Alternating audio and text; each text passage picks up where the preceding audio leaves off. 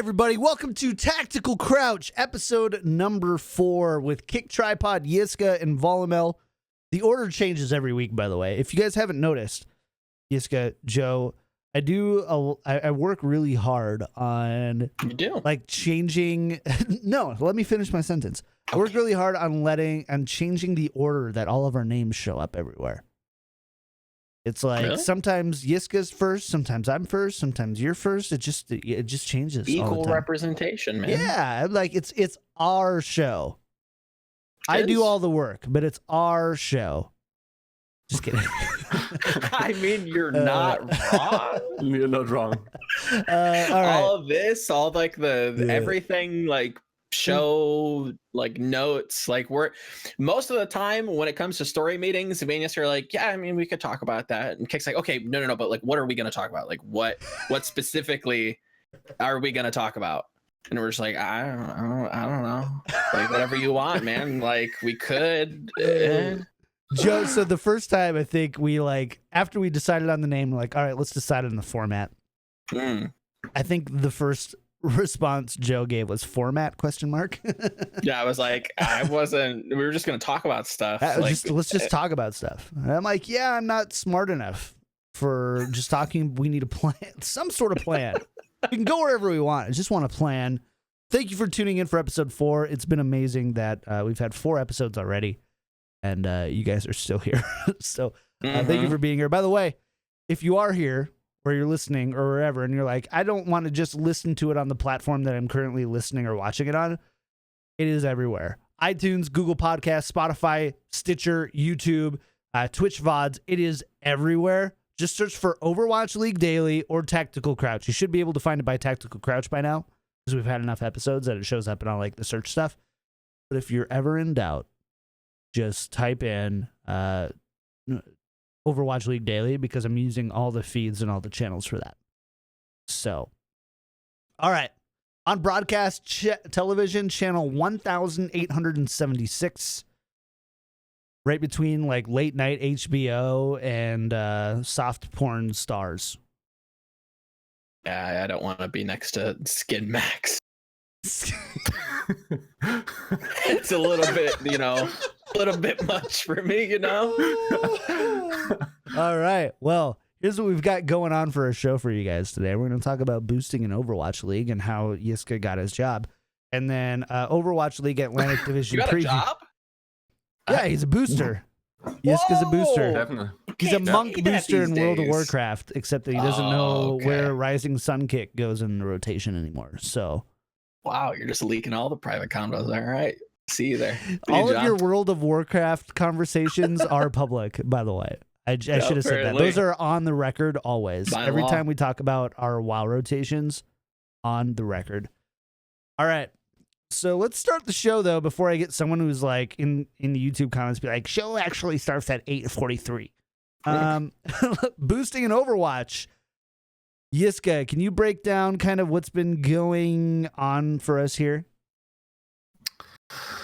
Well, the discussion sort of reflared with BQB being now officially announced by the Mayhem. Is that correct? Yes, I believe so. Pending league acceptance. Yeah, they've officially announced that they're investing in him. Now, that obviously raises a couple of questions. A, on the morality of getting boosters into the league. On what possible punishments would have to be. Now, BQB hasn't even played the last contender season, correct? Presumably, because of the boosting ban.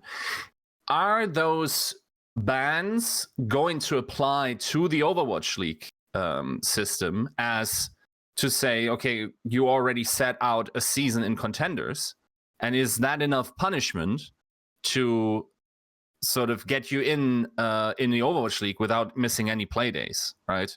And once again, I personally think these bans need to be reevaluated on the severity of the boosting allegations and what can actually be substantiated. But yeah, in general, I think from a Western perspective, it's very hard to see why this is taken so seriously. hearing it from so many Koreans how important it is actually an issue, it's very hard for me to ignore their concerns, right? It seems to almost be the reason. So basically, Western players always complain about the solo queue experience, right? And there's a wide variety. Like the solo queue experience in terms of like toxicity and whatever, I'm not even sure if that's as big of a problem, but certainly the boosting stuff is. So I think the equivalent is more fair to say, okay, so imagine if we could, from our solo queue, get rid of the stuff that that really makes it bad and punish those that make it bad. We would probably take that in a heartbeat, wouldn't we? Now, personally, I'm categorically against indefinite bans, and I'm categorically against bans that are in effect practically infinite, which would probably be something like 2 years ban is basically you're out of Overwatch at this point. Mm-hmm. So that's pretty much my take on that. I will say this, we can go the Blizzard route here, and rather than punishing boosters, we can just endorse non-boosters and get 250 XP. Every time that we... No? All right. Great. All right. Fair enough. All right.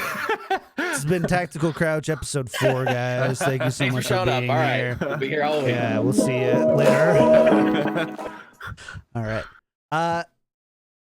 I mean, so here's the thing, right? I think I can't remember who I saw on Twitter last night. It was like, boosting is, and I think we need to break it up into a few different subcategories here, because there's like, number one, should boosting, what is the level of severity for boosting, re your Overwatch competitive career, I think is probably a big one. Number two, should punishments happening before Overwatch League affect your punishment once you go to Overwatch League? And I think, Yiska loves it when you compare esports to traditional sports. It's his favorite thing. But there is precedent set in traditional esports that a punishment that happens for perhaps, college football, you don't get punished again when you go to the NFL for doing something that you did in college. In the same way, if you got punished for something you did in Contenders and you didn't do it after Contenders, you wouldn't get that in Overwatch League. So, Yiska, I think that's an okay comparison as far as a precedent that's been set elsewhere that has kind of worked. Yep. I mean, in BQB's case, I think there's also something to be said about how does one account for the reasons someone sits out. So if someone gets caught boosting and then doesn't play the season, how is it assured that he doesn't play the season because of this ban and didn't just, I don't know, go to military service or, finish college or whatever? You want a camera on them sitting in the corner? No, I want an official start of the ban that would legitimately bind them to that punishment, I guess. Something official. Yeah, it does seem like a giant social pariah situation where it seems like it's become public in those squares, and they've been kind of chased out because of their, black mark. And it's I would want a little bit more. This probably gets into a tangent discussion, but I would want a little bit more regulation on that, where Blizzard comes in and says, "Okay, yeah, you boosted. Here's your punishment. Serve your time." So here's the thing, right? So Get it. Some people, and I would say that this issue surprises me with how polarized it is. I figured a lot of people would kind of be in the middle of like, yep, boosting is wrong, they should be punished. But I don't never want to see them play because their ability to boost is not necessarily representative of how good of an Overwatch player that they are. It's kind of like the Pete Rose gambling thing where it's like, okay, it's a rule, it's a thing. I understand why it's a rule, but also Pete Rose was a hella good pitcher, and I want to see him pitch. And in the same vein here with boosters, I want boosters to be punished. I think it's crappy what they do. They make your ranked experience worse. You're playing with gold players and diamond or masters or GM or wherever they boost you to, and the rank that they're playing at is not representative of the skill that they are. I get that. I understand it, but there are some people who's like, I won't like this team anymore if they have a booster on their team. I'm like, are they boosting now? Are they still boosting? Have they been given a punishment, and have they accepted that punishment, stopped boosting, and now ready to play? Fusion fans aren't too hard on Sato anymore. Yeah, I feel like that's probably due to just the passing of time. They either forget about it, or again, because in the West it isn't such a big issue. It'll come in flares where it'll flare up if there's another booster signed. Like I could see Sato getting a lot of hate now that BQB's been signed, and he's getting Sato gets residual hate because of it. I mean, I don't know. It's not that. I just don't think the Western fans like really feel as visceral about it as some of the Korean community does. The thing is with I wonder if Western audiences care more about that they are currently former, for instance, CS ESEA cheaters in the Overwatch League than about the boosting stuff, right? So that was a discussion we had back in the day, and then Slasher mentioned it once again on Twitter recently, that it's very weird that not a single cheater was caught ever in Overwatch, in professional Overwatch. Obviously, he's not saying in Overwatch League, but how you get there, certainly. So, but what about old games, right? Sure. What about like games before that? What if you played a Blizzard title and cheated there? Should we allow it? And whatever. Like these discussions need to be had at some point. And like the one on our doorstep definitely is boosting, and it has been actually it has already broken the door down and now stands in our living room. We're like, let's let this burglar live in our house. I mean, he's been here for a day. I guess he's part of the furniture now, right? So yeah. It's just in there, just sitting in your living room. Yeah, I'm personally quite torn. I think initially when this came up, I personally was didn't really care, to be honest. But if and I think I had it believably argued to me that the boosting stuff actually hinders the quality of talent development in Overwatch simply by reducing the amount of players in Korea, for instance, because this is predominantly a Korean problem, but also just not just the enjoyment, but also the level of play that you can have in certain games. Yeah, that's a problem that I care about this as an elitist, right? I want the best talent development. So if that's actually the case, yeah, consider me an ally in trying to have harsh punishments for boosting. And I also think, on top of this, I don't think it's happening too much anymore since some of those, especially in Korea, those bans have been quite harsh in comparison to what we would apply. I like harsh punishments. I don't like permanent punishments. Yep. And I don't like the call for permanent punishments for boosting. I think that there are definitely some things. I'm not sure, Yiska, you kind of implied earlier that you're not into indefinite punishments. I think that there are some things that are definitely justifiable for indefinite punishments, but mostly because they're on the felony side of things, rather than like some serious criminal, rather stuff than a going breach on. of terms of service kind of thing. Like I think that those are very two different things.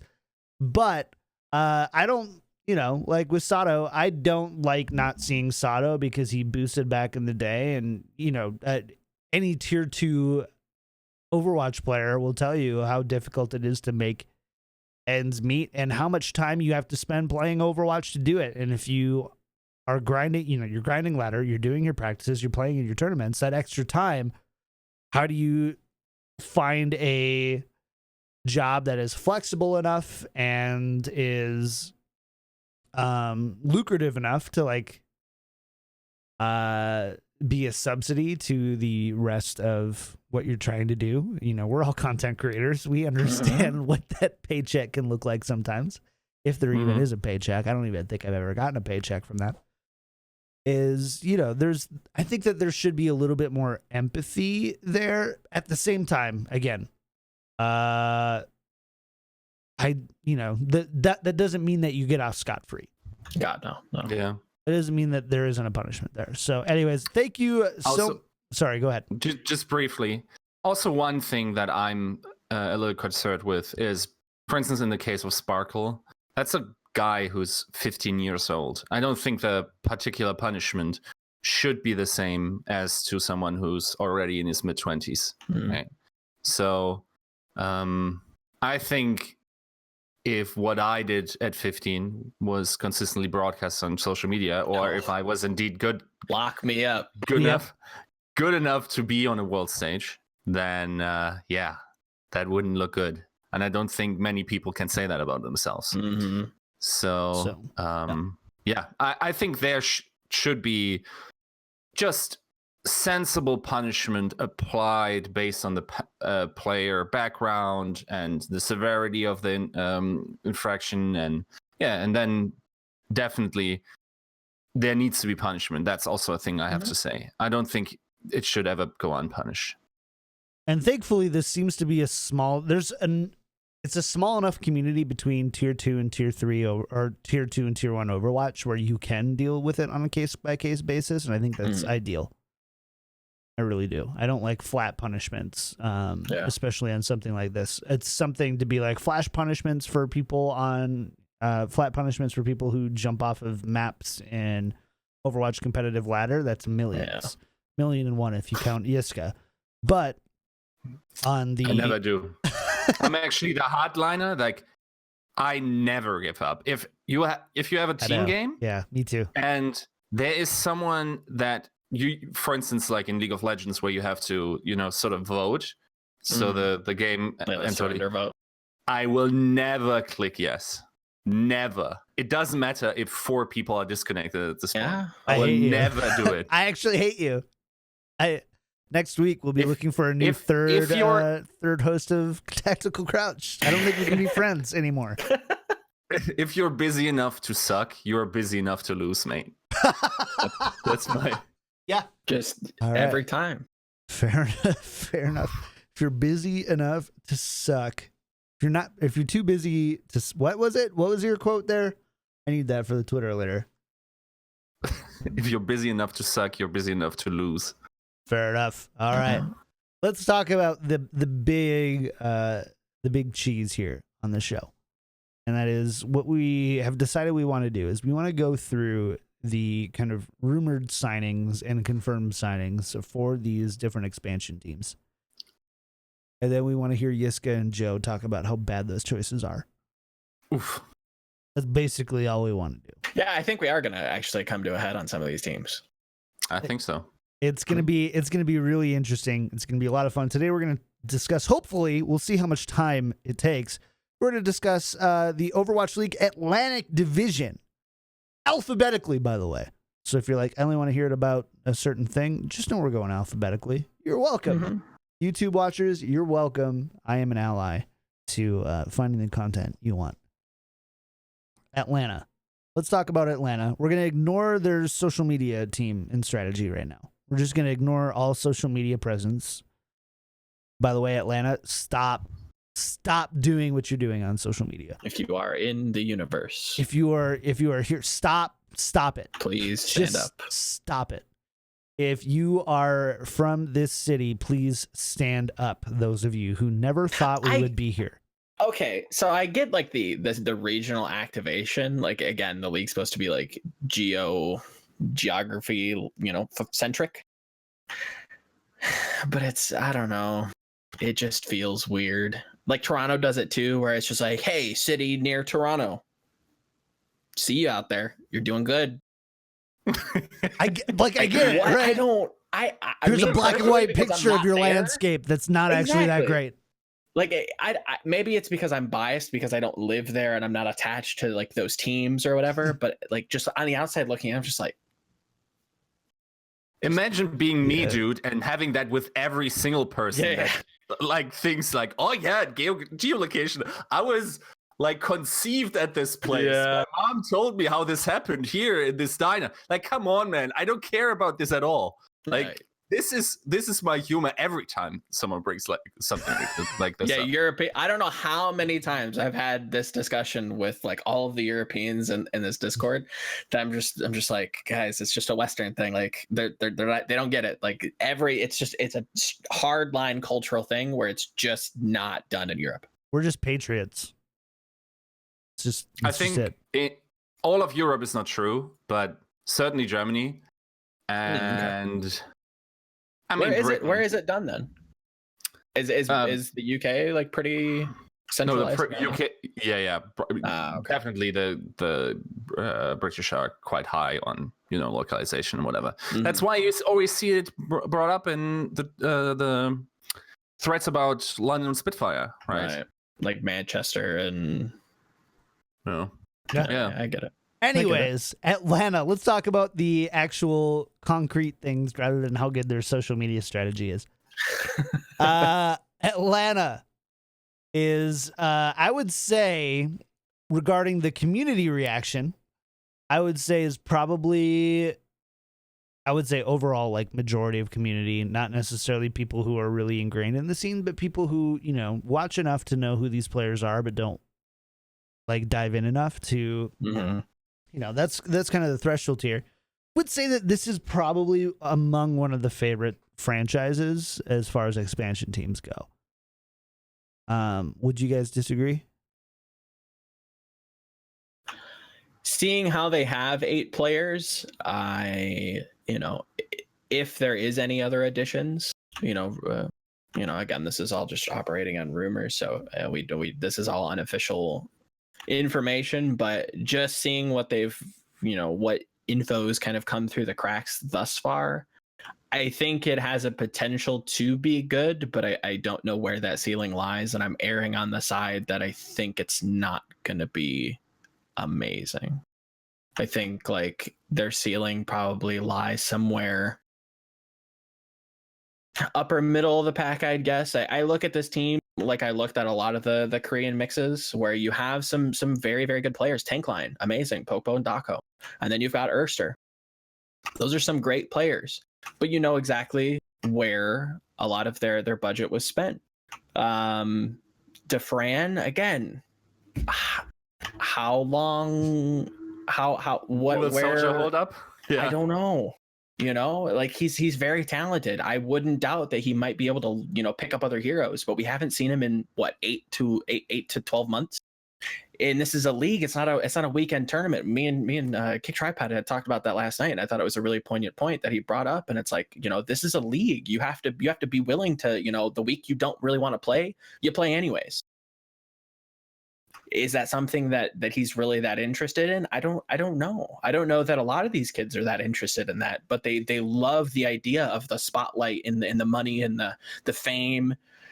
And it's like, can you quell that as a support staff? Can you try to like really break that down and get them to be interested to play when they really don't want to? I don't know. I think personally, so in my mind, I would want very solid starters, and then I would gamble with potential talent that could be developed. Keep in mind, Overwatch League doesn't start till like 4 months from now, right? Mm-hmm. Yeah, we got So Valentine's Day, right? Is that the official date? February 14th? So. It's like there's a lot of time We to should develop probably these players. know that. No, it's Valentine's Day. Yeah. Great. So I think taking the gamble on DeFran, and you actually can't lose with him. I think, in the not in the sense of strictly gameplay, but you have Erster. You have Erster. Even if DeFran doesn't play well, he's a draw. He's a spectacle. So Yeah, I think that's a fine gamble, simply also because you have the backup player. Now, they're projectile players. I'm not sure about that. Like, my understanding is that, so the DPS line so far is the Fran, Asta, and Lilia. Noir or something like that, yeah. Yeah, He played on LNL. Yeah, he played on LNL, but at 200 ping. So, like, it's of course, then you have a better understanding of who he is because Brad worked with him and whatever. Sure. I'm not sure if they had the clinical environment to really test them out, but then again, that wouldn't be the player. That would be a fine player to take a chance on. I would definitely bring in another proven projectile DPS. Even if you want to stay Western, Mayhem doesn't look like a split roster now, so why not knock on the door of Tiddick, right? Something like this, if he's actually affordable or whatever, right? So these types of names, just someone proven, and then I think gamble Urster's behind proven, it. right? Like I would say, No, I'm not saying right. Ursa, of course, yeah. But you're that's looking fine at a hit scan tracer for that other spot, right? And yeah, from just pulling up his Urster's Wikipedia. Basically all Genji. Yes, Genji he's projectile. mainly projectile. DM was the hit scan. Yeah, and then it looks like from his Wikipedia, Nalar is more of a hit scan player. So I think it would be I know a him lot starting about, and the Defran but after. I know a lot I about think Urster's gonna start. Urster. So I know a lot about Urster. I think he's going to sit in that projectile spot. Assuming that we continue to see this meta where you kind of have one hit scan tracer and then you have one projectile who plays Genji, Junkrat, whatever. Hanzo, whatever. Yeah, exactly. You name it. So I think the idea here, right, is you start Defran, assuming that he plays remotely as well as he did before he started jumping up walls and waving. And then you start Urster as well. I think that's the goal, is have Defran and Urster to start. Then you have Nalar, who, probably came in at league minimum signing amounts as far as probably how much. I don't think they pay much more than 50, 60K for him. No offense. There's just not that long of a track record for him. I mean, last night's leftover, fine.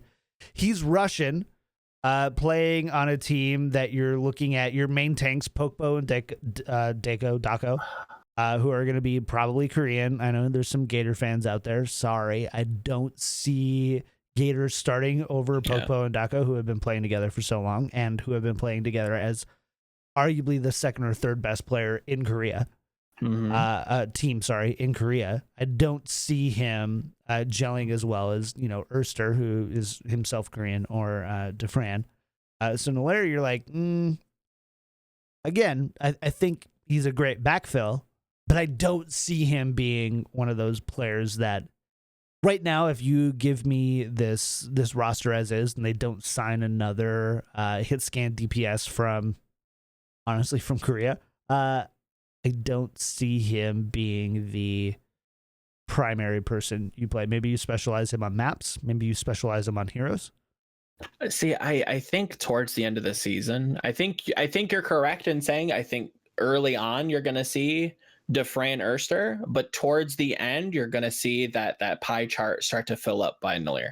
I agree. He's going to, if I'm, again, super speculation, I think because he has a history with Brad, same with Defran, to be fair, but Defran also has a history with Brad.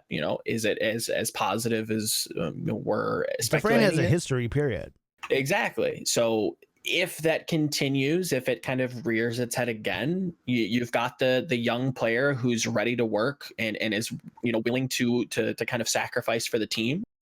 I could see him really stepping up and taking that starting spot over. But maybe that's, enough of a push to make Defran realize, light a fire under him and say, okay, well, this kid's going to take my spot if I don't shape up. Not threaten him. I think that's a little bit too aggressive, but show him that your spot is not secure by any means. We will put him in if need be. Teams have done that for a long time. I think that thinking through this now, I do think that's a solid strategy, and it definitely boosts them a little bit for me, but I still not a big fan of entirely mixed rosters. I think 1 or 2 players is fine, but I think they've if you mix a little too hard, it can kind of backfire at you. I will say this, I love having a tank line to start. I love having a tank line who is used to playing together. Yes. I really do. I love that idea. I think it's super important. I think it's a great way to kind of leapfrog the first couple weeks. I don't know what that means for additional stages. I think you could definitely make the argument that that advantage goes away fairly quickly. But at the same time, Pokebo and Deco are, again, probably among the... I don't want to say first, but I would say I would put them as the second best tank line in Korea. Yeah, that's probably fair. I wouldn't be able to qualify because I didn't really pay attention last season, but from Korean season contenders, Korea season 1, yeah, I think that they're definitely up there. They spent a lot of money there. I mean, you can tell where they spent their budget. You know, and what I I mean? think they got Gator and Allaire for relatively exactly the cheap. reason that Yiska mentioned. And then supports, same thing. I mean, especially now in this meta, I don't think supports frag as much. I don't think that the having a 200k support, I don't think is as relevant as maybe it was in Overwatch League Season 1, where you have a Jonak, or you have an I don't know, Arc or whatever, where you have someone who's like, it's very clear that these supports make a real difference. Not that support doesn't make difference, but it's just not where you invest your money. Than what it was last season. Last season it was very Zenyatta focused. You need someone mechanically proficient at that role, or you're gonna bust. And I need now. I will preface that I do think that their support line is actually very good. Slept on. Yes, very good. I want to I was just gonna say, I want to make sure nobody misunderstands me saying that I don't think they spent a lot of money on them, as in they're not very good. Yes, but Yiska, I know you wanted to jump in. Yeah. Okay. So very quick on Kodak. All the stuff I heard from Kodak is massively positive. Not only is he a great player, but he also seems to have a great attitude, very professional, doesn't bump heads with anyone, shows up, does his job, goes home, right?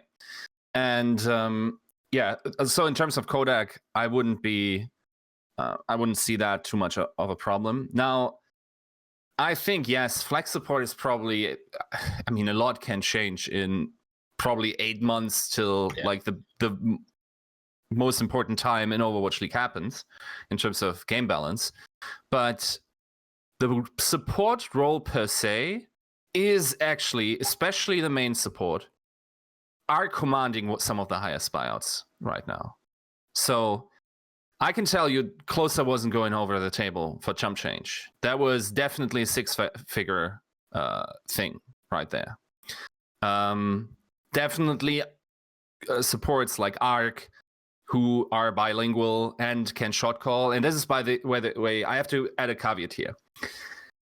There seems to be a divide between Overwatch team building and especially head coaches, how they want their shot calling to go.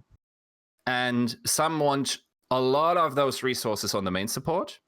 Some want that a lot of the hard decisions to be made by the flex DPS or by the tank. And there seems to be a philosophical difference here. But there's definitely still teams that adhere to the concept of a shot calling main support that goes beyond just ult tracking.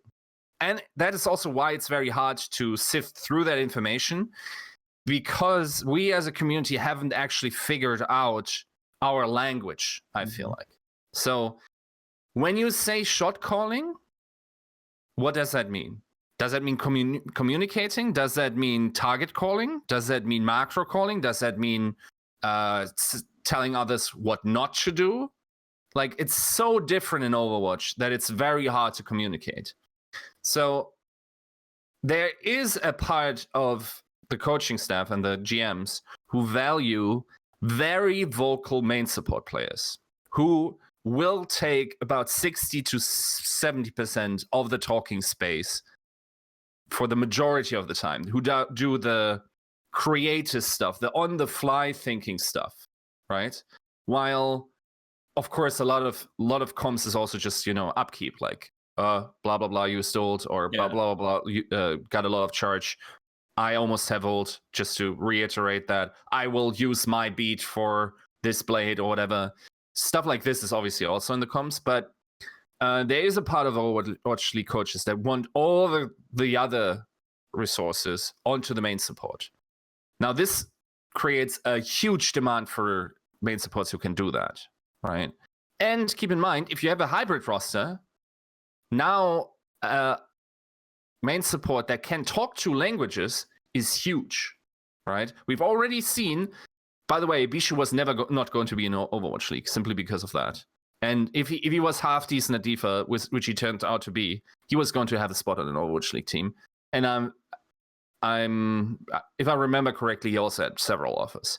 I think the same can be said about a main support who learns or has the ability to talk both English and Korean, right? In most of the Western teams that go hybrid. So there's something to think about.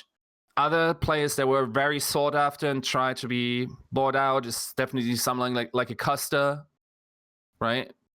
And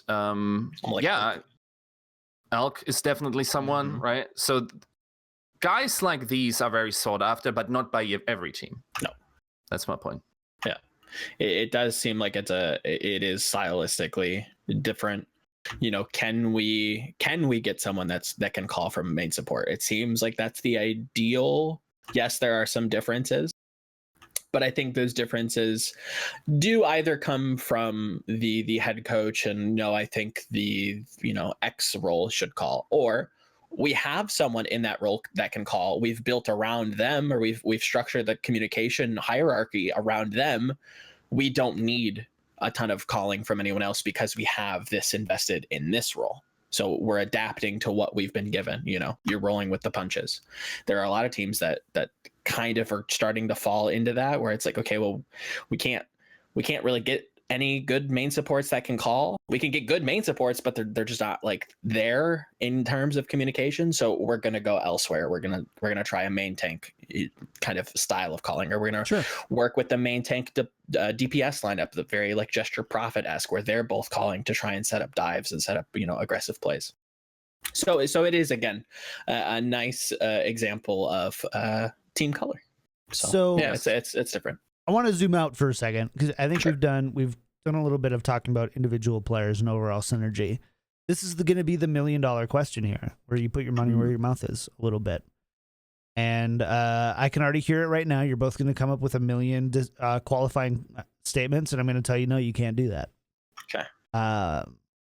Like if 12. this, then if this, and if this, then they will do this. I want to know from you. And also keep in mind, we haven't totally justified our other teams yet. So if you're listening on YouTube or whatever, we haven't talked about the other teams. So don't be too angry about where these guys place them yet.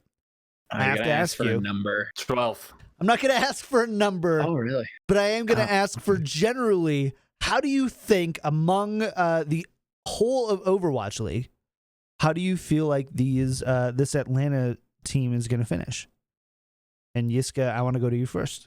You said 12, so right, a little lower, 60%? I think they might actually be one of those teams that could... Okay, so I'm not 100% on this how this works, but 2 slots are decided by these tournament wildcard games, right? Wildcard tournaments. So if that wildcard tournament, that only takes part between teams that are in the top 6, right? It's not like the top 6 teams can still play and then it falls to the next non. Okay. I think so. I think there's a possibility that they eke in there. 8 to 12 seems like a reasonable position. That, like, okay, so this is like a paradigm shift had to take place in my head, because as I was mapping out these names, it was like, okay, so I was betting Atlanta against the old Overwatch League Season 1 teams. In my head, I was like, wow, yeah, they're not bad. But then again, these Overwatch Season 1 teams are also upgrading. And they actually have the experience, right, of all of that. Mm-hmm. And the players have the experience. I don't know right now how valuable the experience of a Season 1 player is. That is a huge question mark that every GM has to ask himself. Like, what did my players actually learn over the season? Is this valuable? And then I'm actually putting my money in the basket of already established talent. I'm not spending 300K on DK. I'm actually getting, I don't know, like a bunny or whatever, like someone that has gone through that circle, right? Of the entire circus of like practicing as much, preparing for this many maps. Okay, we're going down a little bit, but whatever. Right. Like the entire thing is already then known to them, right? So this, depending on the answer to this question, yeah, I'm building completely differently, and I'm also predicting differently. But right now, as I model it at this point, I think 8 to 12 should be where they. I want to change my question. And I'm going to ask you for a really short answer. Among Overwatch League expansion teams, because I think you're right. I honestly think that there is so much movement everywhere else on top of the experience. It's really difficult. But if you're going to say, you know what, among these 8 expansion teams, where do you think they rank? I would love to hear, and Yiska, while you pull up the sheet, I can see reading it right now. Joe, what do you think? So I'll answer with a question. Is it only limited to the Atlantic region?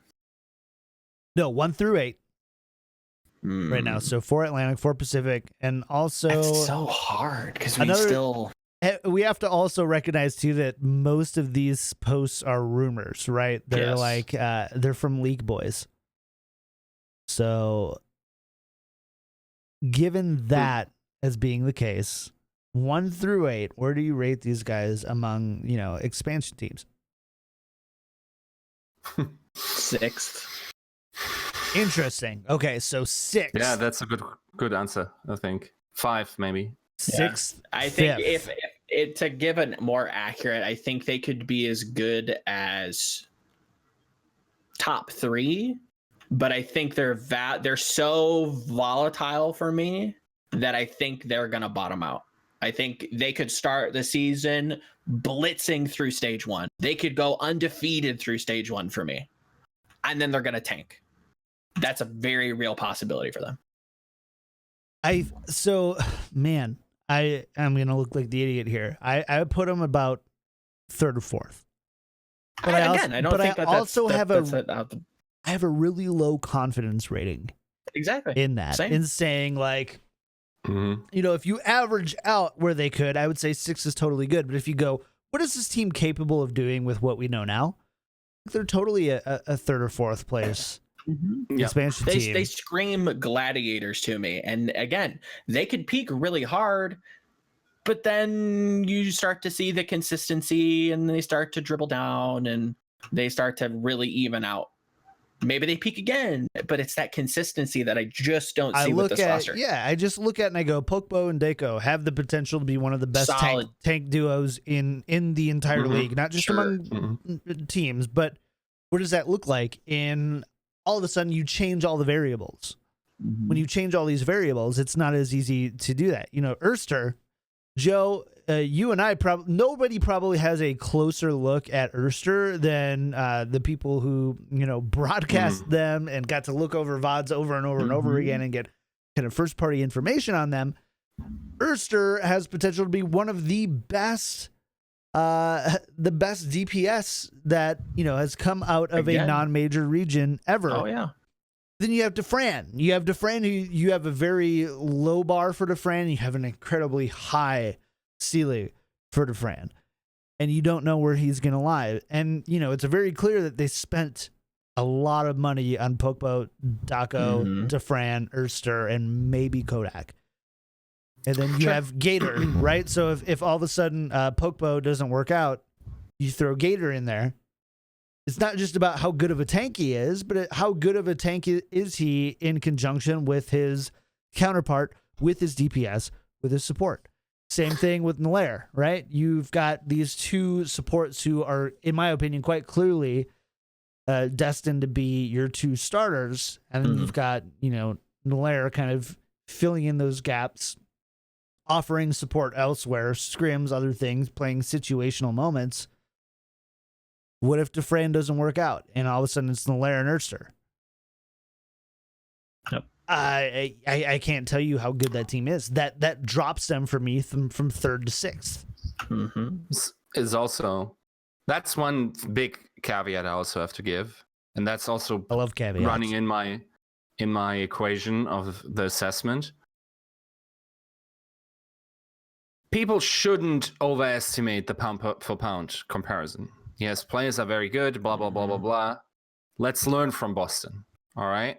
So we all thought, okay, initially we thought Boston was going to be way worse. Then we got some more information on Kalios and whatever. And then we sort of course corrected a little, not tremendously, right?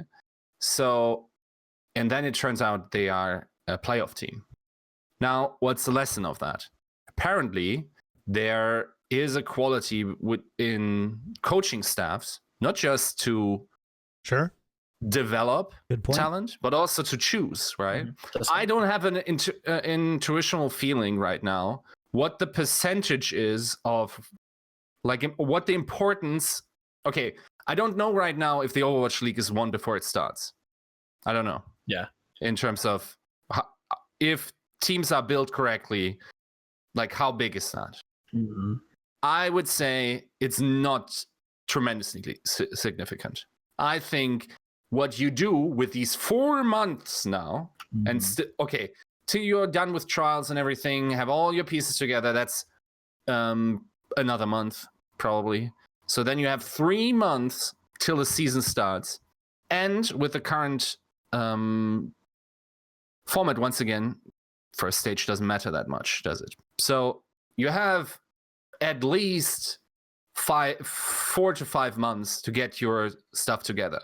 And that's, you can definitely develop someone in that time to a world-class player. It's definitely possible. It's true. With the right infrastructure, yeah, absolutely. Like, months are like years in esports. A month of playing a single hero, like, that can totally change that, how that person plays that hero. I do want to jump in to add my own, asterisk to this as well. Great. Here come the qualifying statements, by the way. Yeah, chat. Exactly. I couldn't do them at the beginning, so you're getting I did my best. Yeah, you're not. This isn't more of a qualifying. This is more a prediction for the future. I think this is the team you look at as a kind of a solid feeder team for season 3. Your support line probably could be pitched somewhere else and do very, very well. If this team just happens to bottom out, I think Brad has a good eye for talent. He brought you Carpe. San Francisco had a clear picture for the future, brought on the Koreans, done very well. We could see them actually do extremely well come season 2. He's got a good eye. He has a vision for the future. Doesn't always work at the beginning, but season 3 comes around, a lot of these players could go and find very, very solid homes in the future. So I think the team as a whole, pound for pound, looks great. I want to see how it coalesces. I want to see how it comes together, preseason, if there is one, week 1, week 2, see how it happens in stage 4. But yeah, I think in the future, I think you're going to see a lot of these names consist in the league. All right, my turn. Okay. My turn to asterisk then. Fine, I get an asterisk too. Pokpo is 17 years old. Deco, 18 years old. Erster, 18 years old. It's an incredibly young team that you're building around. Incredibly young team. And I'm like, if you look at it, this isn't just a season 2 playoffs team. This is a team that you're betting a lot on being these franchise faces. And I look at it and I go, as a GM, when I'm spending my money, I'm looking and expecting Pokpo, Deco, and Erster to be those faces. Dufresne is a coin flip of being that face or being out by the end of stage 2. Those are that's what I'm expecting if I'm the one spending the money here. And so, they've got an incredibly young tank line and some of the best young talent in competitive Overwatch right now. And This I've brings up got to another- recognize Atlanta for that. 100%. And again, that follows that same San Francisco logic where it's like, okay, we're going to plan for the future. This is a franchise league. This is not a race. We're not in it to win season 2. We're in it to win season 3, play very well season 4, really build the franchise. Like you said, build that brand up. I will say another prediction. I don't think we've seen peak Overwatch yet. No. Think about how many young talents there are out there, barring Korea. You're talking about the Coach I could talk Peak? about. Yes, Coach Peak is very, very nice, and I like him very much. But peak Overwatch probably doesn't happen till season 3, season 4, when you're starting to get players that haven't even touched the game yet come in. They see the spectacle. They want to get in. There's talent out there that haven't even touched Overwatch, let alone they're 15, 16, not of age yet. We haven't even touched the surface of peak Overwatch. And we haven't had the variable of geographical based Overwatch League. That's another one. What does that look like? Are they traveling every week? How much does that change it? Exactly. Which airplane has the best Wi-Fi? That could push peak Overwatch back until season 5 or 6 because of how potentially potent that geolocation based league is, where some kid from London is going to see that game and be like, oh yeah, that Overwatch game looks pretty cool. Wherever Overwatch is in 5-6 years, like, yeah, I'll give it a try. Maybe he just becomes the next hot thing. We don't know. That's the kind of hidden beauty about this game, is that it has so much potential to shape a ton of different, it's adding variables to this league that I don't think anybody else has touched yet. So I think there's a lot of really cool stuff to be expected in the future for the league. And on that, I'll kind of rest my case. All right. So, chat, I need to tell you something. And those listening to you, those listening on YouTube, on RSS podcast feeds, we were worried about not having enough things to talk about. We were worried about not going long enough. Like, how are we going to make it work? How are we going to talk about it? Is 4 teams enough to talk about in one episode? Well, that was one team. Yeah. Do we just want to keep going and just make it just Atlanta's episode? No, let's write that thing. Like, okay, we got all our caveats out of the way. Now we did a lot of qualifying here to make it a little bit more streamlined. The more teams we talk about, we don't have to talk about all of them. All right. Let's go on to Paris here. So here's what is rumored for Paris: Tanks, Ben Best, RCK, LH Cloudy, DPS, Danye, Soon, Shadowburn, support. Do you guys say it hip or hype? Hip. Me too. And then Cruz, and then Flex, Finzi, and Nico.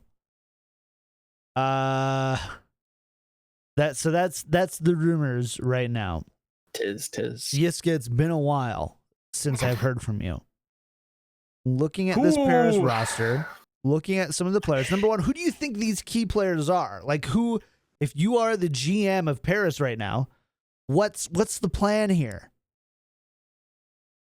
I'm interested. Well, okay. So give Paris some free advice. Oh, like, okay, so they have their work cut out for them.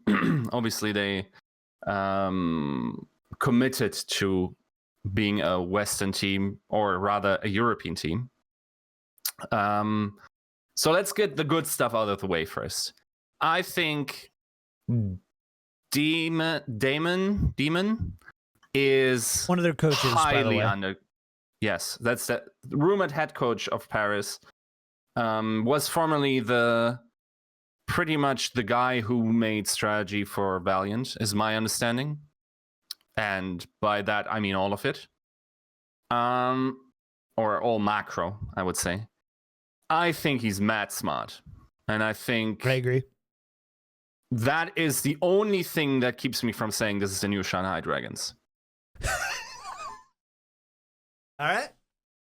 You don't think they could Boston? Nope.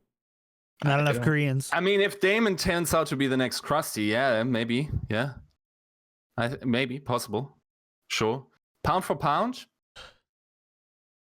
No, I agree. Isn't pretty. I agree. Pound for pound, it's not. And again, I'll use your logic against you. should we look at this pound for pound, or should we look at this? Everybody on this team can speak the same language. You don't have that barrier to entry. That's not even true, though. Like French people. Okay, sure. I suppose, but Yeah. I think a majority of people can understand and really grasp that stuff. There isn't going to be a ton of miscommunication with that. Yes, I do have to omit that this is a very international roster. It all is European, but they've experienced, English or whatever the language they decide to call with. Also, let me say this. Currently, we only know Damon and Max. Yeah. This team is full of tilt monkeys. Half of this team has a reputation of tilting hard at some point, right? Is someone the age of Damon as the head coach? Once again, we're working off that information, able to keep them on course. Because, okay, so even then again, having harmony in the team wasn't really a prerequisite for success in the Overwatch League. Definitely can go very bad, like in Dallas' case, for instance. Mm-hmm. So that is another huge question mark for me. So you say that. I'm interested, who I would say. No, who are you looking at when you say tilt monkey? Do you really want me to out people for? Let's go. If you have to out them, maybe not. Leaks. But yeah, that is interesting. I do want to know. I want to know. I do too, but I don't know if this should be. I don't feel okay with this show being like, this is a team of tilters. Period. Let's talk about Toronto. I don't feel comfortable with that. Moreover, I don't think the team list we have is actually accurate in its entirety. I'm not sure about that. I don't know. I think that on the table, maybe it was like that at one point, but yeah, I'm not sure that this is right. I'm not positive. Here's all I will say. It's very clear that Paris is going with a France/European roster core for this with these leagues here. There is not a lot of precedent set for that doing well as far as results go. You've got Shanghai. Yeah. Unless you're all Korean, by the way. You've got Shanghai. Yeah. You've got Houston, and you've got Florida. Yeah. Dallas minus effect, which you could maybe can include effect and tell you how well that worked because they weren't. I just I love the marketing of it. I love the marketability of it as someone who's very passionate about marketing and social media. I'm like, wow, that's gonna be great. Except when you guys have to actually start playing games, which at the end of the day is pretty dang important. Deep. Maybe it's not though. Shanghai has the best selling merch on the Overwatch League website, so maybe it doesn't matter if you win or lose as long as you have people that you love and people that your region supports. So maybe that's important. But I look at it and I go, yes, honestly, I think Soon is a great person to build a roster around. I really do. I think Soon is, that's the guy that at the pyramid at the top you have Soon. This is the guy that we want to activate. This is the guy who's going to motivate this team. This is the veteran. He's the Brett Favre of the Green Bay Packers in the late 90s, early 2000s. Doesn't mean anything to me. I was saying that one was for Yiska. But Shadowburn. Listen, man, I want Shadowburn to be the phase Shadowburn that I remember seeing as much as anybody else. I don't know if he is. I don't know if he's. I think he's a phenomenal DPS player. I just don't know if he's a Overwatch League challenging DPS player, if that makes sense. To jump in there, I do think he is. I think he needs a very specific team. I could get around that. I could 100% support that. That's just my question. That's my concern that I have. Sure. I think that's completely from what we've seen, from what we've heard. I think that's a very valid kind of takeaway from that, where it's I don't know. he was a person to kind of dictate, a strategy. He was a person to kind of really have a very clear style. You just have to have a team to facilitate him, and I think he can kind of shine for a couple more years before, you start to hit the new wave of talent coming of age, and then it's like, okay, well, now you have to reevaluate everybody. But I will say, I think Paris, there has been a need, or at least a want, for a European team, and I don't think people realize exactly what players are interested in when they sign to teams. I think there are some people who are interested in lots of money. I think there are a lot of people who are interested on doing well. I also think people are interested on a lot of other things like popularity and playing for a regional representation. So Paris is basically locked down all of Europe at this point. They've started early. They've signed a whole European roster. If I'm a developing European player 2-3 years down the line and Paris, pulls a Boston and they just blow everybody's expectations out of the water, I want to say that this person, this kind of aspirant, would want to play for Paris because it represents the region. They're doing well. Maybe they have competitive, at least semi-competitive salaries. What's not to love if I'm a German player that wants to be signed? A young French person. I think they've captured a whole region, and if they do well in marketing, I think that's going to show very, very blatantly when it comes to other metrics, whether it's bits, whether it's jerseys sold, any kind of those numbers. I think if they do it well, they have all of Europe to play from. I agree. Shanghai Dragons sold some jerseys, didn't they? It's true. They did. Yeah. So back to the $1 million question here. 1 through 8. Where do these guys sit, Yiska? 8. Joe? Hold on, I want to make sure.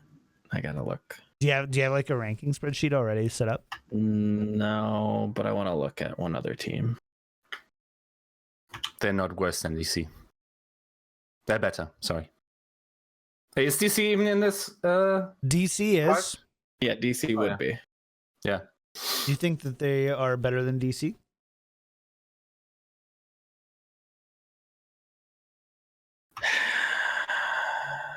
With Wizard Young, their best player? Oh, wait. I'm going to say they are. I'm going to say they're 7th. Okay. I'm not as outraged by this, but I just value. Like, I value the volatility of Wizard Young's knowledge. Yeah. Like, I don't know. I can't put him on, obviously, like how effective his scouting and his development will be. But yeah, I think Ado, in my mind, will be a bigger star than Soon was. Maybe he can coach Guido into something because he's an Apex finalist MVP, by the way. The most important accolade, by the way. The kid's got a work ethic, so, but like, I don't know. I don't know if you want to jump straight into DC, but here's what I'm going to say. I'm going to say 7th. Yeah. Because there's no risks really in this team. I don't think they're not like Atlanta where they could be 3rd or 6th for me. They are very much like, nope, you're consistently 7th. But I do think that there are enough teams in this in these expansions who are taking a lot of risks that I am willing to bet that one of those teams' risks are going to completely tank them. I can't tell you specifically which one. I'm going to be drastically wrong on my ranking of another expansion team because they took so many risks and they're 8th. Because when we talk about all these things, I'm not going to be able to tell you an 8th place person. I don't know who's going to be last. One of them is going to be last. It's not going to be because they didn't sign good enough players. It's going to be because they took too many risks, and so many of those risks ended up blowing up in their face. Here's also one caveat I would give about Paris. There's one signing that I know of on the staff that does significantly boost my my view of them potentially. That's a guy that's a multiplier and has been for a while. And if that works out, then if he was, I only evaluated Paris on what we know on this spreadsheet. If I put him in, I might put them over DC. And you're not going to tell us. No. All right. No. Fair enough. Chat, I tried for you. I tried to get a leak. I wanted Tactical Crouch to have at least one leak in the first 5 weeks, but you can hate Yiska for that one. Fair enough. All right, so we've got 8th for Yiska, 7th for myself and Joe. Let's talk about Toronto a little bit. Toronto has had a tumultuous initiation into the Overwatch League, to say the least. No, sorry, not Toronto. Toronto's been fine. Toronto's cool. They get it. We talked so much about DC in the past. Here's where we're looking at tanks. Right now, we only have 5 players actually leaked for this. Tanks, we're looking at Envy, DPS, Wakid, Ivy, and Stellar DPS duo from O2 Ariant. So this is another one where I'm, there's not a lot. They've been pretty quiet in terms of info, so I don't know. Is this up to date? Is this accurate? I don't know these days. Right. I'd be interested to see some, but from what is published, at least unofficially. Yeah. From people who are willing to stick their neck out and say it publicly, This is what we know. Yes. Flex, Guido, and staff, Bishop, and Jay. So, oh man, there's a lot going on here. Number one, I'm seeing a pattern here, Joe. And I'm going to say that pattern is Korea. Funny how that works, right? I know. Funny. Works pretty well for other teams, minus the Dynasty. Works pretty well in other games, too. And just in esports in general. If it's a computer, sign a Korean. Oh, aren't they pretty good in golf? Virtual golf, maybe. There's a traditional sport that South Koreans are extremely good at. I want to say it's golf. For whatever reason, my gut's telling me it's golf. I don't know. Maybe chat can. You're. Correct me. Maybe Tiger Woods 2018 or something, but I have no idea. If you're trying to lead me to something, No. I'm definitely not. But I want to say I remember hearing that they're Korea was insane really at good at golf, table tennis. Maybe I don't know. Either way, is it table? You I sure don't it's not a think so. video game? No, Anyways, I'm pretty sure there's one sport, a traditional sport, that they also have a very high representation in at the top level, but I'm not sure exactly which one. I want to say it's golf, but again, I don't know. Korea? Yeah. Archery. Oh, is it? Yeah. Okay, well there you go. A bunch of badasses. What a bunch of badasses. They develop the competitive nature when you go to school there. From my understanding, it's super competitive. Just the entire culture just breeds competition. Of course, Korea is we're really good at video games and archery. That's just the most badass thing that I can think of. Yeah. All right. Let's talk about this Toronto roster here. Now, a pretty good, I would say, a lot of established players here. A lot of established in the tier 2 scene, as well as have made a name for themselves in the tier 3 scene, though maybe not to the, I don't want to say the last night's leftovers, right, of Overwatch League Season 1 by any means. Envy, I think, honestly, for me, was a huge surprise, played incredibly well in Overwatch League Season 1. You've got Wakid from the Seoul Dynasty, who... I want to like him so bad. Yep. You've got Guido, same thing. You've got Bishop, former... Was it coach or GM? Coach or GM of the Spitfire? GM, or coach, I think. Great, that cleared it up a lot. Well, Thank you. I think that. he was listed as coach, but the rumor is that he was more operating as a GM. Okay, cool. So at least my misunderstanding is based in, that. Okay, cool. So, and then Joe, you've had a few things to say about Jay. Did I lose them? I think I might have lost them, Chad. I think they just froze up completely. Oh, we're back. Oh. Hello. Sorry. No, we're good. It was not your fault. It was my internet's fault. Oh, I thought I shocked you. I thought I turned you off. I flicked your switch. OBS Studio disconnected, reconnecting. Happens. But yeah, I don't have much to say about Jay. Okay, good. All right, fun. Sorry. Are we back? I don't know. Can you guys open up the stream and tell me if we're back? Yeah, hold on.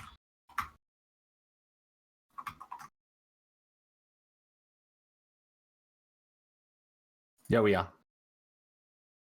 Okay. So. We back? All right. We back.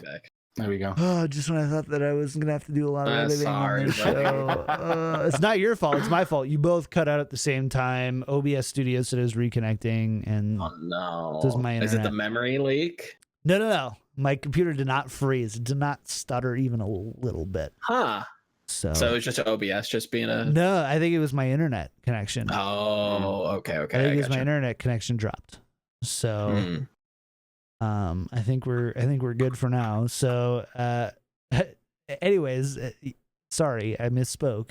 Joe has nothing to say about Jay. Well, I from my understanding, he comes from Call of Duty. I think he worked with Splice Call of Duty team. You know, I think he, I want for whatever reason, I should check, but I'm not going to check. I think he has military background. I think, which is nice. You know, you've had a lot of structure. Maybe you can help Bishop in that sense. So far, so good. I think Bishop, to be fair, has a track record behind him. How successful it is, I don't know, but that's the beauty, the double-edged sword of coaching. It's, you can't say it's good he's when it's good. inexperienced. Yeah, exactly. You can't say that he hasn't been with teams before, whether it's successful or not. You know, what has he learned? Has he taken things from past experiences? It's hard to say, but at least he's not a brand new coach. Is what I can say there. That's true. Like you said. It's not a gamble, at least. Yeah, no, exactly. You This is a known quantity. He's been with other teams. We'll see what happens. Yiska, what do you think about this squad? What do you think about the direction that we're seeing from Toronto so far? The problem with Toronto is that what we know or what publicly is known and what is known behind the scenes is radically different, right? So I think is it this radically? is I mean, yeah, I I think so. I think that there are certainly multipliers in this team as well. Yeah. That haven't been announced. I think that just leak Yiska. Nope. No leaks. We'll maybe hint, but we're not leaking. So here's the thing, though. I rate Envy very highly. A lot of Overwatch League pros rated Envy very highly. He didn't perform well in contenders, but he also had to play a very different style of diva there. Much more defensive. Wikid, I was high on him, then I wasn't. I'm not sure about him so bad, man. Doesn't matter though. Ivy is nuts. Ivy is nuts. He is really good. Like Wikid can hope to play on a weekend. Let's say that. Like Ivy is apparently like okay. So I had it believably argued he can pretty much play everything, and he has high skills transition between the roles. That's from Dream, that he thinks he's already so good on a bunch of heroes that traditionally require very different skill sets. Right. So that should then be possible to transition that to new heroes. I think Avi, like if we look at him again, he could be one of the breakout players. Not too high on Stella. And then we know Guido, or I don't know if you know Guido because he's obviously on 2 teams on that list. Yeah. I mean, there isn't too much known. I think empirically, you have to have a sort of inconsistent idea of what Bishop can provide to a team. his Cloud9 rosters weren't super successful. His Cloud9 rosters had a bunch of very good players on them, though. He, for instance, took a chance on Neptuno, and we know how that turned out.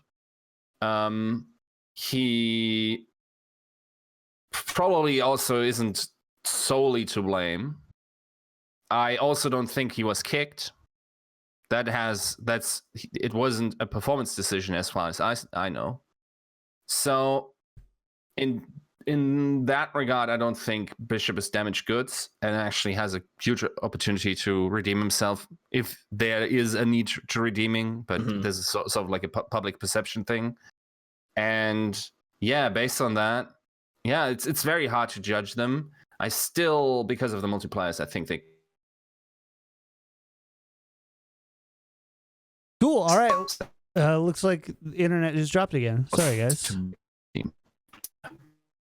I think this team is going to surprise a lot of people. Sorry, guys. Internet just dropped again. Oof. For a brief moment. This is great. I'm moving in like 3 weeks, so we'll have Google Fiber. Hey. Oh, really? Hopefully. Should be, maybe.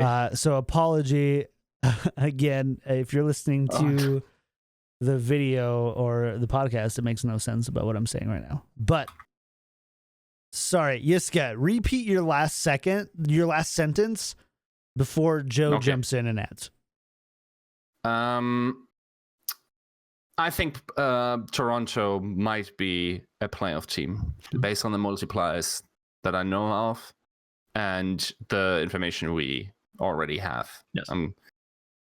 I think that's possible. I think a lot of people are going to look at this roster and go, and then I think this is the team. That's the Cinderella story. I think a lot of people are going to be like, no, this team isn't that great. You know, I think they're going to surprise people. I agree. Really so really quickly, before we talk about this last team here, because we're running out of time rapidly, where do you place them 1 through 8, Yiska? Who? So, okay, real fast. Who's all in? So we're grading just on the expansion teams, regardless of the 2 regions. Yes, just the expansion teams. Yeah, okay. Just overall. Mm-hmm. Although great qualifier, you're really good at that. I just want to clarify. I know the rules of the game, man. That's all. I get it. That's why so many people don't go. Volamel's opinions suck. That's right. Whereas KickedTripods, on the other hand, that guy sucks. Well, I know how to record a podcast, boys. 4, but a playoff team.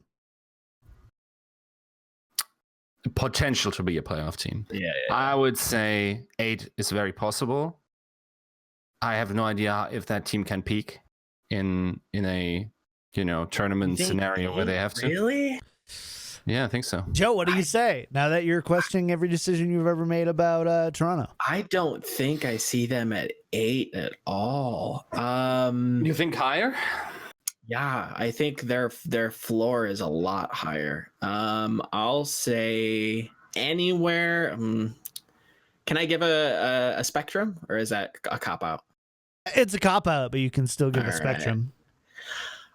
I'd say anywhere from between 3 and 6, but I'm leaning towards 4th.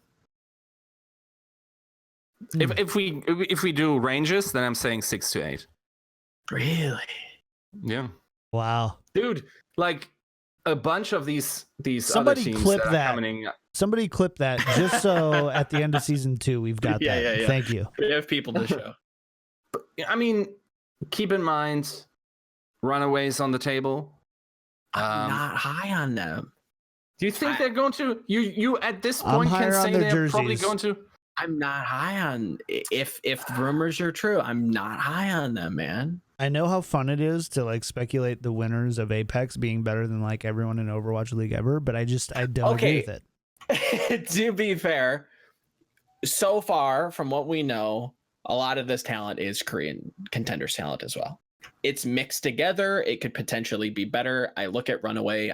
Again, we've had this discussion before. I think they've peaked, and I worry. There are people on that roster I worry about, mainly their DPS. Sominsu, I'm still not sold on. Haven't seen enough of him. Stitch has always been a question mark for me. He's looked good sometimes, and then he looks bad, and then he looks good again. Consistency issues. Riddle that boy. I think he's, a fan favorite, and I've loved following their story, but I can't let that cloud what I truly believe. Again, rewatch that final. I challenge you to rewatch that final, and after game 3, tell me that they look like they're going to win that game. Yeah, no, not at all. They don't. They Fair look enough. bad. Fair I enough. honestly believe KDP took that game and threw it down a well. Fair enough. Yeah. So here's what Yeah. I'm gonna say about these guys. So I remember very early on. Remember Overwatch League Season 1? They started announcing rosters, and you see the Seoul Dynasty roster, the best players in Korea at the time, and you see the NYXL roster, kind of like the tier 2 throwaway kind of roster, and it's.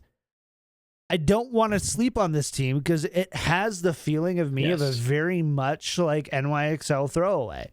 Yeah. In the sense that, holy crap, like this could very well, Ivy and Stellar, I don't sleep on them. I think that they are maybe the best DPS duo in Korea. Nah.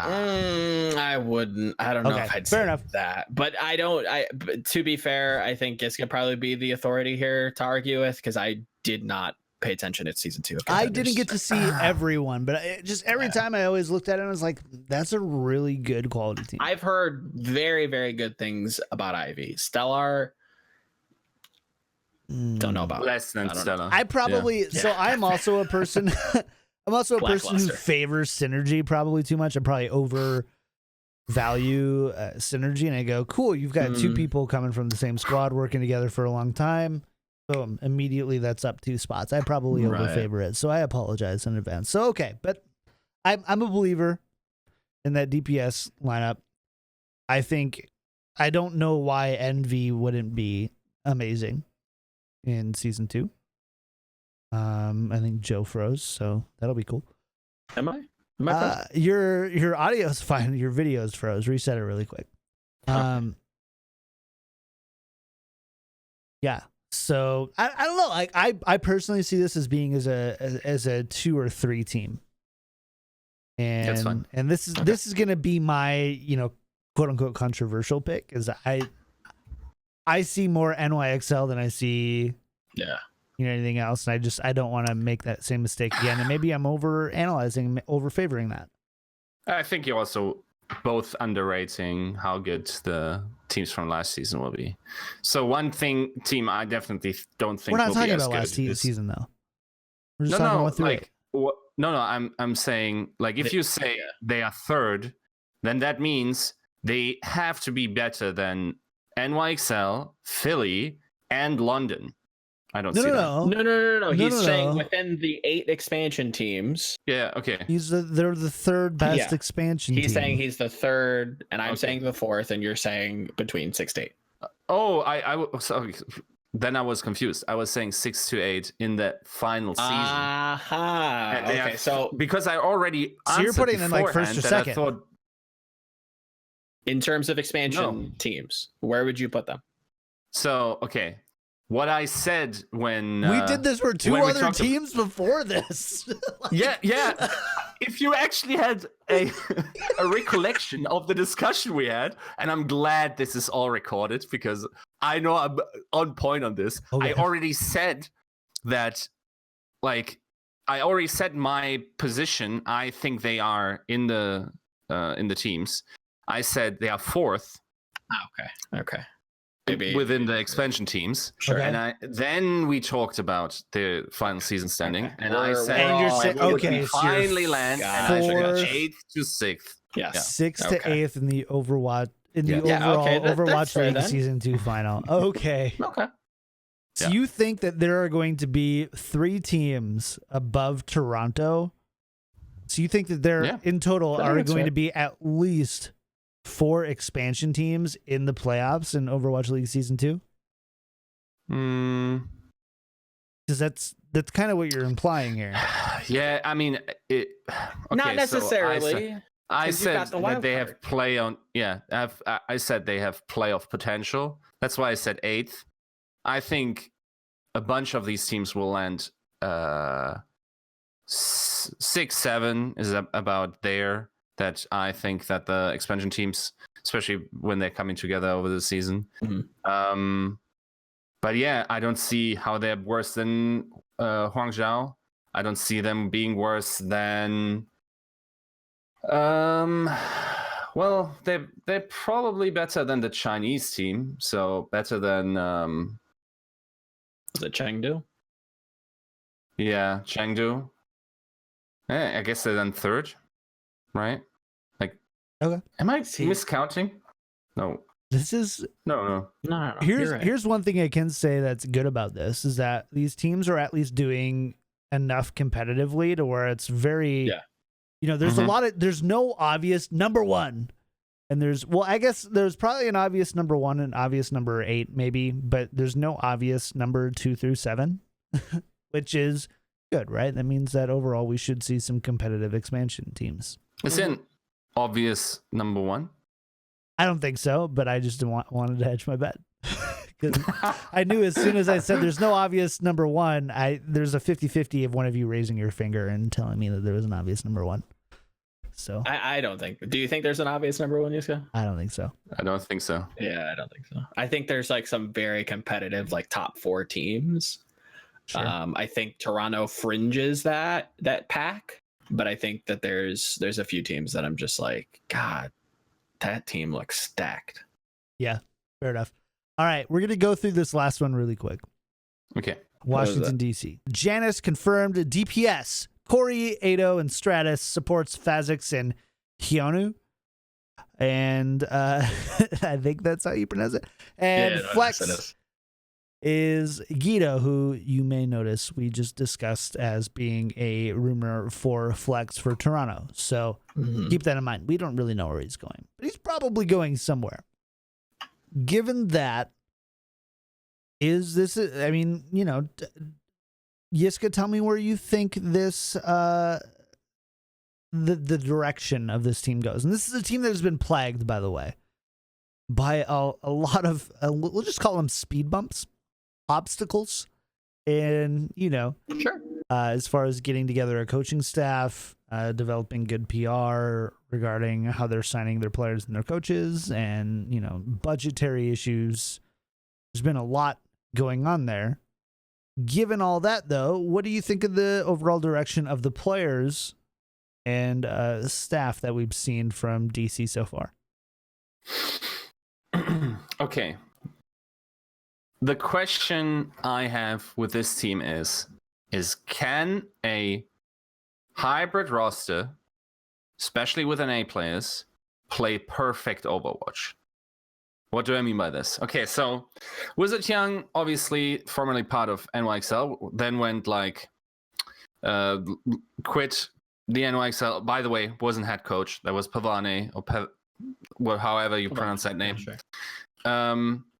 And obviously he had quite a mystique about him, the database and whatever. That's all fine. We sort of need to stress test empirically what he can bring to the table. Now, another thing I know is that strategically, or that was reported to me, that Wizard Young likes to play perfect Overwatch. And what I mean by this is that it's very something. So definitely it involves sometimes dive. It depends on the meta, obviously, but he has an idea of what perfect Overwatch looks like, and then he tries to get the team there. Now, a team, for instance, like the Philadelphia Fusion didn't play perfect Overwatch, but they still got to the final. Why? Yeah. Because they knew how to play the full range. They knew how to play cheese, how to play offbeat, how to play certain different strategies, how to play very good Overwatch. Not sure about perfect Overwatch. And that flexibility sort of brought them into the final, I think. They also second-guessed a lot of concepts. Now, I didn't see much of that of NYXL, and arguably it was the case that adhering to that perfect Overwatch idea is what cost them Stage 4, as well as the playoffs. Now, with all that Interesting. said, of course, someone can change one's approach and try to go for the more effective stuff. That remains to be seen. That's also up to Wizard Young. Does he care about having the highest win percentage, or does he care about inventing what we in the future will know as Overwatch? Like, at some point in every game's lifetime, there's like a strategical approach that just puts it where this strategical approach becomes such a staple that it's almost meta independent, and it revolutionizes the way we think of Overwatch. And that thing is so skillful in how all the pieces fall together that it almost always works if executed well, despite being phased out by the meta. If Overwatch is indeed such a game, and for instance, let's substantiate this a little bit. For instance, in World of Warcraft Arena, there was always RMP. Right? Sure. It's like a beautiful setup roster that if played at the highest level. And once again, like individually, these were probably the four most demanding classes at the time. That was true. The highest skilled players played them. They dedicated the most time over the seasons. If all this comes together, then this works, right? Same, for instance. What would you say?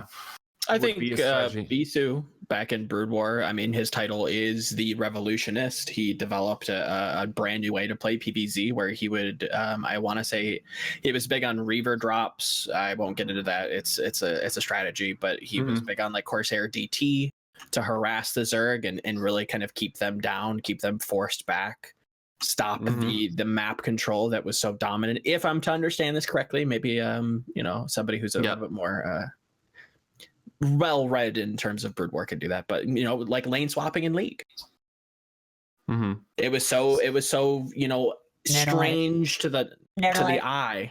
Yeah, exactly. Big nerd alert. Okay, but go ahead. I don't want to very quick, right? Okay, let's get this now to the team. Sure. I think Ado must have passed a huge paycheck if he indeed decided to be on DC. Why would someone do that?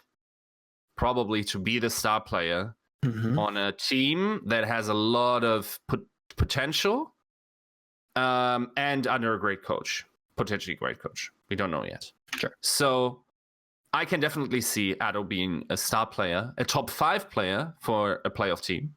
He's the one almost unquestionable player for me on that roster. Keanu is super weird. I don't think you will find a lot of Korean contenders expert that will sing high praises for him. And that always makes me wonder, like, I don't like to overvalue scrim performance, how you scrim in trials and whatever. We talked about this for a half an hour last week, by the way. Right. So yeah, be careful. Yeah. So that's all fine and dandy. Phasix, interesting. Guido once again linked to that. I think Guido is someone that you can probably mold into something once again, possibly. I don't think he's an absolute lost cause. And then Corey and Stratus, I have to confess, I don't know too much about them. Yeah. Gladiators, Legion, and let me look up Stratus real fast. Stratus? NRG, formerly. DPS player. I don't know. Rockets. Yeah. Prestige Worldwide. Won a bunch of weekly and minor tournaments. Yeah, I mean, again, we're not the most qualified to judge them. We could very well be sleeping on them, but I love sleeping on players. Yeah, sure. I'd be totally fine with this team being super wrong. And again, I don't want to hijack Yiska's turn, so please continue. No, I think in general it's just that this might be the dark horse of the Overwatch League Season 2. Yeah. It's possible, if Wizard Young takes the Truthsayer drug and he just opens his third eye and can predict, and he has that very clairvoyant vision of what the future of Overwatch is, and if he can actually become the architect to build that, it's possible. You know, I'm not out of that. I'm not too proud to say that, you know, there's somebody out there that could do that. I really have to see. From what I see right now, I'm not impressed. This would probably be one of the lowest teams, anywhere from 6 to 8. They kind of, this is my, I think to answer Casey's question, it's Paris, Chengdu, DC, anywhere in that lower middle of the pack for me. This is something for me where, you know, you go kind of like, you know, put your family's lives on the line and, you know, choose 1 through 8 here, and I choose 1 through 8.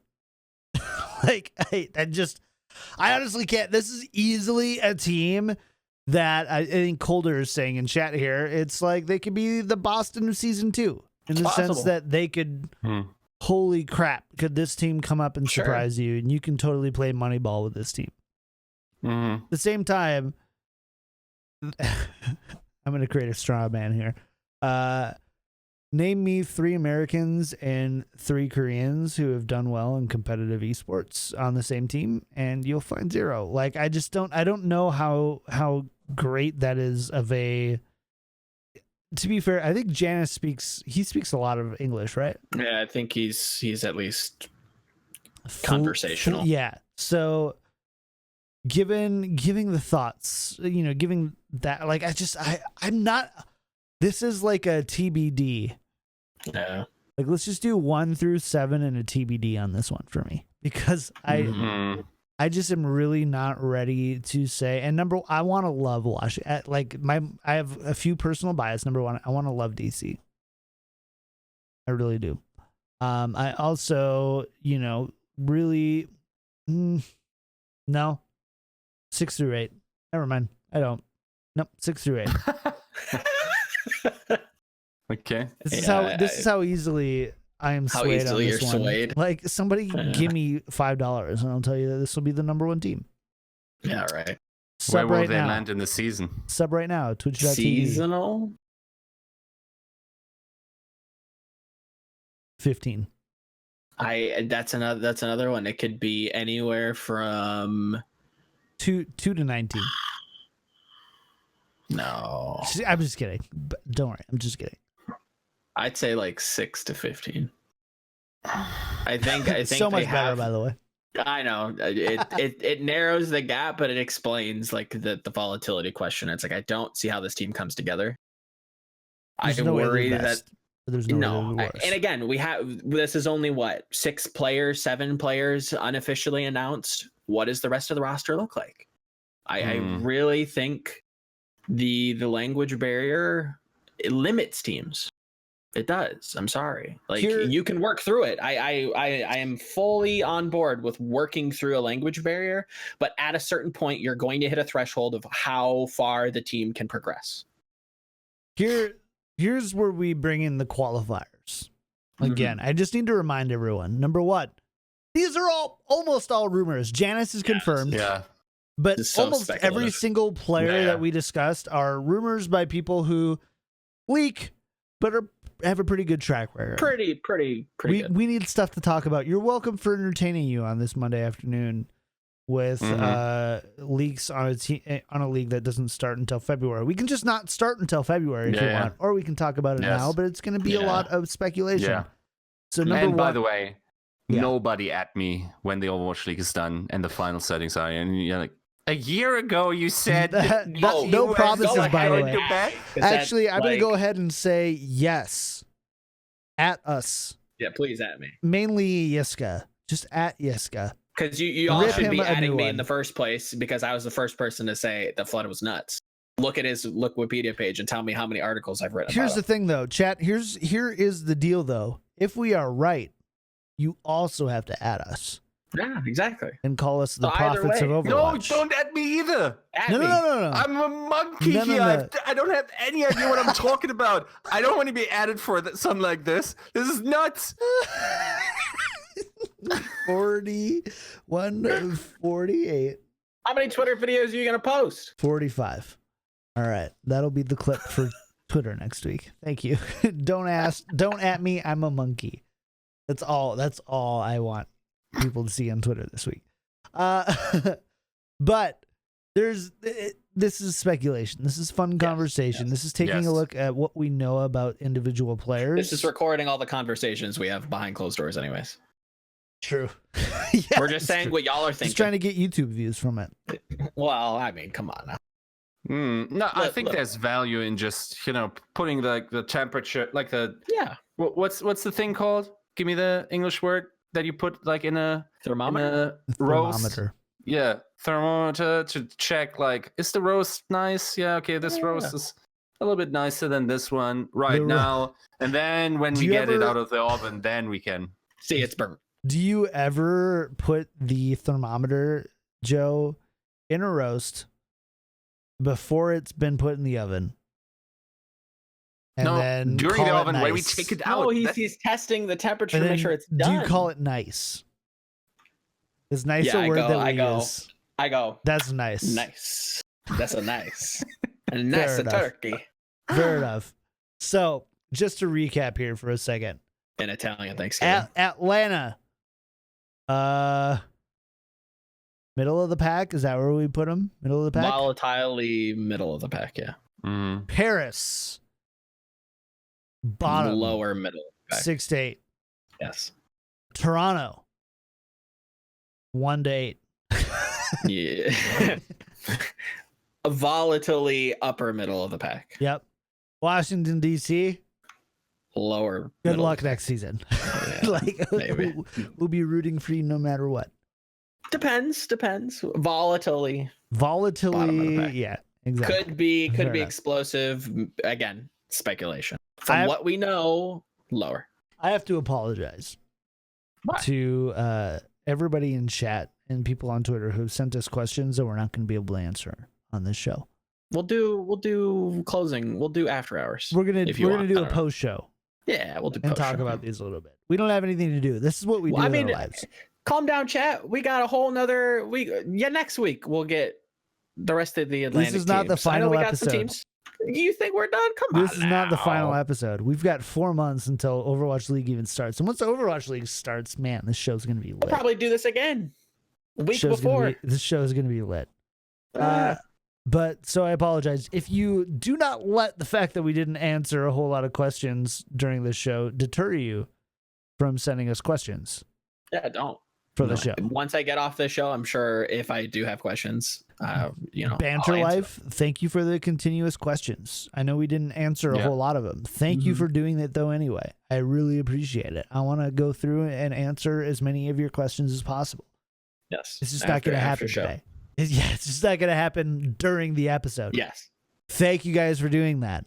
If you have questions for the show, tweet us at OWL Daily Show or tag any one of us, Yiska out, Volamel, KickedTripod, tag us, shoot out. Yiska, you've got a Discord server now.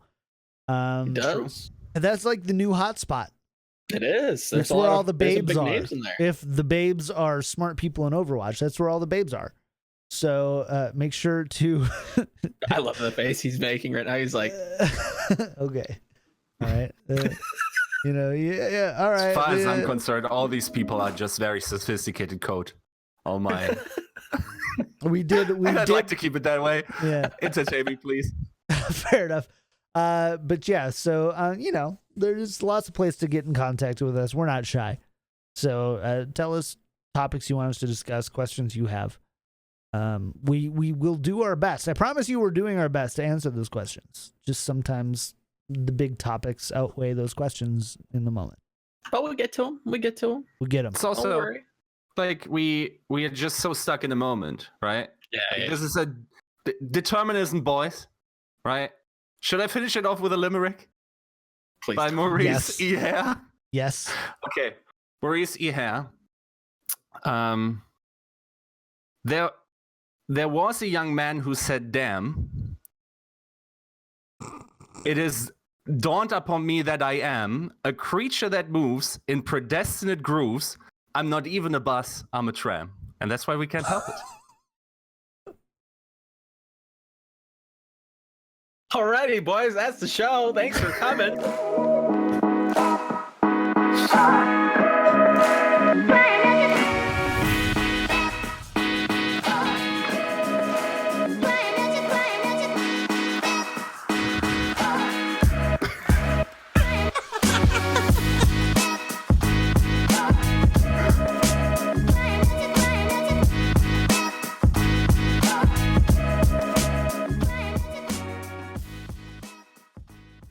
got the fucking limerick wrong too.